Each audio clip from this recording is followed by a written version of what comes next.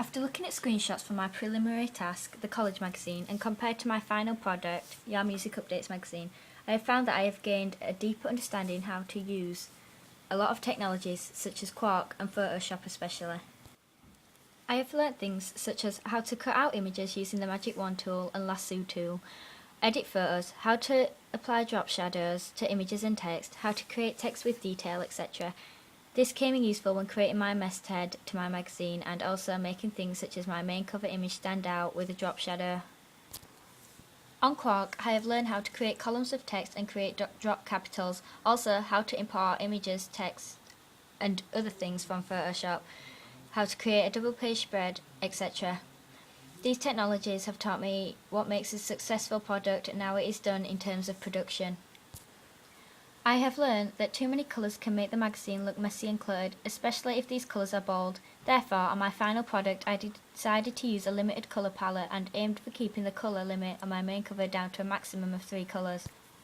I have also learnt what makes a good masthead, as it is the name of the magazine and will be on every issue of the magazines in future. It must stand out and catch the reader's attention, but it must also be easy to remember and relate to the subgenre and content of the magazine.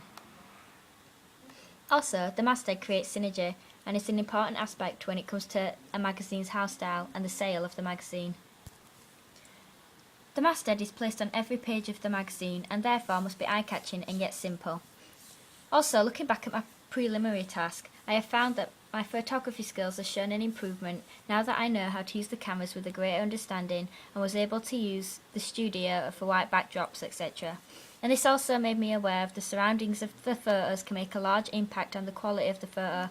Also, when taking my photos, I used the rule of thirds to ensure that the image was in the 4 main focus points of the audience eye and therefore became more eye-catching and makes them focus on the most important parts of the image. After looking at already published magazines, I have gained a greater understanding on how conventions such as fonts, colours, images, etc.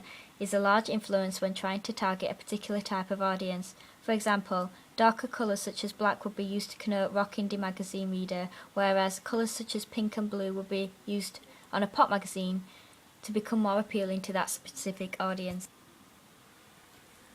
Also, after creating this magazine, I have learned a lot about the indie subculture.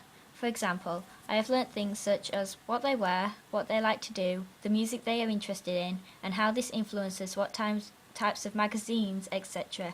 they buy, and this became very useful when it came to producing my magazine. As I had the knowledge of what this subgenre like, I could include this in my magazine, knowing it was targeting the right audience I wanted.